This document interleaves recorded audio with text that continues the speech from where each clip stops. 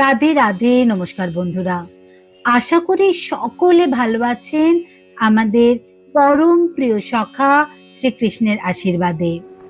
আজকে কথা শ্রীকৃষ্ণকে শোনাবো এক অনন্য কাহিনী। ভস্মাসুর ছিল এক কঠোর তপস্বী। দীর্ঘকাল ধরে কঠোর তপস্যার ফলে তার দেহ ক্রমশ ক্ষীণ হয়ে পড়েছিল, কিন্তু ইন্দ্রিয় সংযম ও নিরাহারের মধ্যে দিয়েই সে ছিল সাধনার পথে অটল। মনকে বেঁধে রেখেছিল একটাই প্রাপ্তির আকাঙ্ক্ষায়, অসীম শক্তি।